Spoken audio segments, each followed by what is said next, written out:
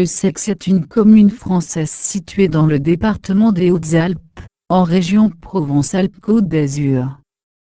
Ses habitants sont appelés les Seixois. Elle fait partie du parc régional des Baronnies provençales. Impossible de parler de cette commune sans évoquer sa célèbre fête du 15 août, qui racolait toute la population du sud du département avec son fameux feu d'artifice et son bal. Que de souvenirs. Situation. Le Sex est à 35 km au sud-ouest de Gap, sa préfecture, et à 13 km au nord-est de Serres. Il est à 10 km au sud de Veynes, son chef-lieu de canton. La commune est située dans la pointe nord-est du parc régional des Baronnies, zone forestière montagneuse. Elle est surplombée côté sud par une partie du Boschen ou pays du Buëch, la montagne d'Aujour, le Giur, avec un sommet à 1834 mètres d'altitude, mitoyen entre le Sex et Esparon au sud-est, proche de la commune de Savournon au sud-ouest. Ce massif, qui domine les vallées de la Durance et du Buëch, est au carrefour des axes Sisteron, Grenoble, Valence, Gap dans le sud du département des Hautes-Alpes, relevant du pays du Buëch. La montagne d'Aujour est le dernier sommet bien individualisé du Boschen méridional. Plus au sud la corniche titonique ne forme plus guère que des crêts tout juste indentés, sans point culminant bien détaché. Les dalles du Tithonien bien visibles depuis la vallée plongent vers la vallée de la Maraise. Le deuxième plus haut sommet sur la commune est la montagne de la Plane, à 2,3 km au sud-est du Saxe-à-vol d'Oiseau, et qui culmine à 1576 mètres. Le village est installé au sud-ouest et pied d'une hauteur nommée la Citadelle qui culmine à 880 mètres d'altitude. La citadelle s'étend sur 500 mètres de long vers le nord-ouest. Hydrographie. La commune est traversée par la Maraise, affluent du Buëch, dans une direction générale sud-nord jusqu'au Sex pour se diriger ensuite, vers l'est et vers Chebestan. La Maraise sort à environ 1290 mètres d'altitude du lac de Pessué, qui se trouve sur la commune voisine Esparon, mais jouxte la limite sud-est de la commune du Sex. Le lac est alimenté par le torrent de Maraise. Sur les quelques 6 km de son parcours entre le lac du Pessué, 1290 mètres d'altitude, jusqu'au Sex à 800 mètres d'altitude moyenne, la Maraise descend environ 500 mètres en altitude, avec des allures de torrent. Se tournant vers l'ouest au Sex, sa vallée nettement plus spacieuse fait s'étaler son lit mineur en large zone caillouteuse, dépôt d'alluvions, propice au rouissage. La Maraise reçoit de nombreux petits affluents, torrents montagneux provenant pour la plupart des flancs de sa propre vallée. Le torrent de Barnèche conflue avec la Maraise juste en aval du hameau Le Sarret. Il marque la limite de commune avec Chebestan sur environ 2 km, puis plus en amont avec Causse sur environ 700 mètres. Environ 1800 mètres en amont de la confluence, se trouve la crête de Bardèche, culminant à 977 mètres d'altitude, à l'est du torrent éponyme, et le massif de Bardèche, culminant à 946 mètres d'altitude sur la commune de Chebestan, à l'ouest du même torrent. Le torrent de Barnèche marque aussi le passage qui conduisait autrefois à Auze, par le Sarret. Le torrent de Villauray, qui en aval de Villauray, village sur la commune de Saint-Auban-d'Auze à l'est, devient le torrent de Suzanne, conflue immédiatement en amont du Sex. Il naît des eaux de ruissellement sur le Rhône de la Loze, 1567 mètres d'altitude, au sud de Saint-Auban-d'Auze. Généralité. C'est un village de caractère primé pour ses maisons fleuries en pierre. Le GR 94, ou GR de pays autour du Grand Buëch, traverse le sud-est de la commune où il suit le flanc nord de la montagne d'Aujour. Toponymie. Le Sex, on prononce le X, est la forme francisée du toponyme occitan Locet. Le nom de la localité est attesté sous sa forme latinisée Cestium en 982, dans un parchemin retrouvé à la Bibliothèque apostolique Vaticane. Le parchemin stipule l'autorisation de créer un petit ermitage consacré à Sanctus Macarius, dit Saint Macaire l'Égyptien en ces lieux, cet ermitage étant spécifié sur un rocher surplombant les environs. C'est en 1247, Cestium au XIVe siècle, le C en 1486, le C en 1512. Ce toponyme dérive du mot latin sexum signifiant roche, rocher, rocher qui vit s'édifier l'ermitage puis l'ancien château de la Cité Belle, détruit par les troupes protestantes de Montbrun et Lesdiguières, près duquel se développa le village. Histoire. Établissement humain préhistorique. Aux environs de 2500 ans avant Jésus-Christ, des hommes ont habité les bords de la vallée du Rivet, affluent de rive droite de la Marèze, et qui conflue avec celle-ci à environ 1 km en aval du Sexe. Une concentration de fragments d'objets, bouts de lames, de fossiles, points de flèches, racloirs, mais aussi nombre d'éclats, atteste la présence de plusieurs lieux de taille et d'utilisation du silex le long de ce ruisseau. On en trouve également, plus l'épars, à Barnèche, ou Barnanche, sur le passage qui conduisait autrefois à Ous par le Sarret. Appartenant à la période suivante, une hache en pierre polie a été retrouvée près des rives du Rivet, ainsi que des hachettes celtiques, de nombreux objets en bronze, dans un tumulus de l'âge de bronze abritant également des bracelets, et un collier en perles d'ambre, découvert aux Essonnières. Époque gallo-romaine. Des tuiles plates et des vestiges de canalisation en terre, des débris de poterie, des sigillés, des pièces de monnaie datant de Galien, empereur de 253 à 268, de Maximin, empereur de 310-313, et de Faustine, retrouvés dans les environs du cimetière actuel. Atteste la présence d'habitations durant la période romaine. Le nom Le Sexe proviendrait du mot latin sexum signifiant rocher. Le village prend naissance à l'époque franque sur l'emplacement actuel du cimetière. Plusieurs sarcophages de pierre contenant des squelettes y ont été découverts. La première église y est construite, sous le vocable de Saint-Vincent. Le XIIe siècle. Au XIIe siècle est érigée sur la hauteur nommée la citadelle une tour carrée. C'est le premier château, donné par le baron Régnier de la Val-d'Oise à un vassal, qui en fera l'une des seigneuries, les plus importantes de la Val-d'Oise. Cet édifice est étendu au XIVe, les fortifications comprenant alors 3 tours rondes supplémentaires. À la même époque, 1185, l'abbaye de Clauzonne, fille de l'abbaye de Bosquedon, de l'ordre de Saint-Benoît et dépendant de la maison de Chalais, près de Grenoble, voit le jour.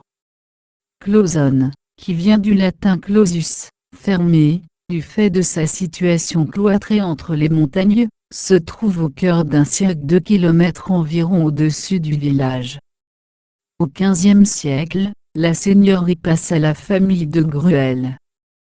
Le 16 août 1424, Jean de Gruel, chevalier du Sexe, est tué à la bataille de Verneuil lors de la guerre de Cent Ans. Son fils Pierre de Gruel est président du Parlement du Dauphiné à Grenoble. La famille de Gruel conservera la seigneurie jusqu'en 1770, date à laquelle elle fut achetée par la famille de Bimard. Le XVIe siècle. Le 8 mai 1573, le seigneur de Gruel, dirigeant l'armée catholique, est défait par les troupes protestantes de Montbrun et Lesdiguières, qui détruisent le château sur la Cité Belle, avant d'infliger le même sort à l'abbaye de Clauzonne. De Gruel fait alors construire, fin XVIe, la seigneurie, belle bâtisse trônant au haut du village. Au début du XVIIe siècle, vers 1605, l'église actuelle est érigée, et devient l'église paroissiale en remplacement des églises Saint-Vincent, au cimetière, et Sainte-Catherine, à côté du château, disparu. Le XVIIe siècle. La veille de Noël 1682, un immense incendie détruit la moitié des quartiers des habitants, et celui du baron du dit lieu. Puis entre le 30 août et le 15 septembre 1692, les troupes du duc de Savoie envahissent et saccagent le village. La plupart des vieilles maisons en pierre du village datent de la reconstruction qui a suivi ces destructions. L'abbaye, à la suite de la visite de l'évêque en 1712, voit son chœur reconstruit pour servir d'église paroissiale à Clauzonne, tandis que la nef est reconvertie en ferme. Son prestige perdure, puisqu'une procession y est organisée chaque année jusqu'à la Révolution. Les premières références à la scolarisation des enfants du sexe datent de 1704. C'est au XIXe siècle que la population du village a été la plus importante, approchant les 400 habitants en 1831, sans inclure Clauzonne. On compte alors de nombreux métiers au village: tisserand, cabaretier, maréchal ferrant, sage-femme, tailleuse, meunier, scieur de long, maçon, cordonnier, voiturier, et bien sûr agriculteur, propriétaire, mais aussi domestique, ou pire journalier. Enfin sont relevés quelques mendiants. À la fin du siècle, chaque année des Italiens viennent s'installer quelques semaines, comme charbonniers dans les forêts de la commune. Et les jeunes femmes du village accueillent alors de nombreux enfants placés en nourrice, 59 entre 1880 et 1892, depuis Marseille, Paris, La Ciotat, Hyères, Gap, Veynes, ou du sud des Hautes-Alpes. Au cours du XIXe siècle, les digues sont construites le long des rives du Poutellier et de la Maraise, entre 1837 et 1858. Le torrent de Suzanne sera endigué en 1889. Parallèlement, 10 canaux d'arrosage sont creusés dans la première moitié du XIXe siècle, gérés par les syndicats des agriculteurs riverains, permettant l'irrigation de près de 43 hectares. Certains de ces ouvrages perpétueront leur office jusqu'en 1973, date de la création du réseau d'aspersion à partir de la retenue artificielle de Pessier. Des foires agricoles sont organisées chaque année dans le village, de 1843 à 1908, les 5 mai et 17 septembre. La commune de Clauzonne, comptant de moins en moins d'habitants, et peinant à se subvenir à elle-même, est rattachée à la commune du Sax en 1888, par décision du préfet et du conseil général. Les travaux communaux se multiplient. Dans la deuxième moitié du XIXe siècle, et au début du XXe, égout des fontaines en 1860. Pont sur Poutellier au bas du village en 1862. Tracé de la route actuelle et pont sur le Rivet avant le Sarret en 1867, ouverture de la route vers Clauzonne dans les gorges du Gouravour, de 1870 à 1878.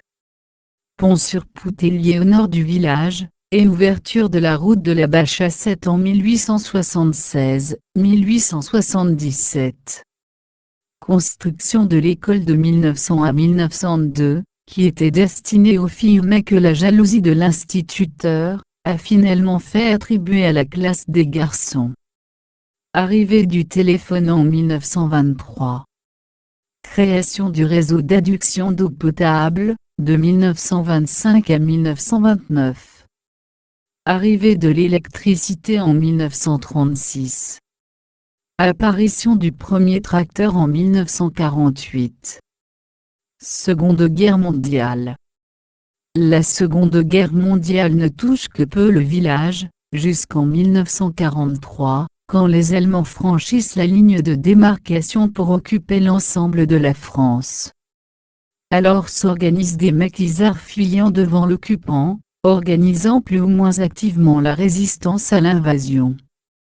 À Clauzonne, mais aussi à Barnanche, s'abritent dans les bois, vivent sous des roches et des hommes venus d'Angers ou d'ailleurs, des gens des environs aussi, qui se cachent de l'occupant, et refusent le service du travail obligatoire, STO, en Allemagne.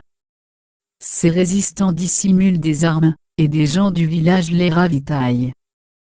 C'est le commandant Mauduit qui est chargé d'organiser les réseaux de la région. Il demeure la plupart du temps à Montmaur, où il côtoie François Mitterrand. Le commandant Mauduit vient fréquemment au Sexe. Monsieur Denisot, son secrétaire, prisonnier évadé d'Allemagne, s'installe au village et fabrique et fournit les faux papiers. Le soir du 24 décembre 1943, la petite église du Sexe-et-Comble. L'abbé Chalmet dit la messe de minuit. On le sait en liaison avec les résistants. Ce soir-là, les gens du village sont tendus, l'anxiété est palpable. Tout au fond de l'église, les maquisards sont là, debout, qui entonnent avec ferveur les cantiques. Mauduit est présent, lui aussi, en tenue de résistant. Des œillades inquiètes se glissent régulièrement vers ces hommes de l'ombre, et chacun prie, pourvu que les Allemands ne débarquent pas par surprise, et profitent de la téméraire exposition des maquisards. Le 29 janvier 1944, certainement à la suite d'une dénonciation, les Allemands font une rafle au Sexe, tous les hommes sont emmenés dans l'école, et le commandant Mauduit, qui a passé la nuit chez l'abbé Chalmet, est pris aux essanières, alors qu'il tente de s'échapper à bicyclette. Tandis que les maquisards parviennent à s'enfuir, les habitants de Clausen sont, eux aussi, amenés dans la cour de l'école et interrogés tout le jour. À midi, des enfants du village sont autorisés à apporter quelque nourriture aux détenus de l'école. Émile Bernon, qui se terre dans sa maison au Sarret depuis l'aube, en profite pour s'enfuir vers Barnanche, en traversant la maison des Peloux. Il passe tout l'hiver sur un lit de branchage, sous un chêne, dans une rase. À Clausen, Fernand Peloux, frappé, menacé, puis amadoué, avoue finalement où il a caché son fusil. Le soir, la plupart des hommes sont relâchés, mais quelques-uns sont emmenés à Gap. Mauduit, l'abbé Chalmet et Fernand Peloux, sont tous trois déportés dans les camps d'extermination allemands. Fernand Peloux meurt dans des conditions atroces. Le commandant Mauduit succombe pendant son retour en France, à la Libération. Quant à l'abbé Chalmet, il revient au Sexe en mai 1945. Il a été libéré 3 jours seulement avant son passage programmé en chambre à gaz. Décharné, marqué à vie, il garde jusqu'à la fin de ses jours, les traces visibles de l'enfer de sa déportation.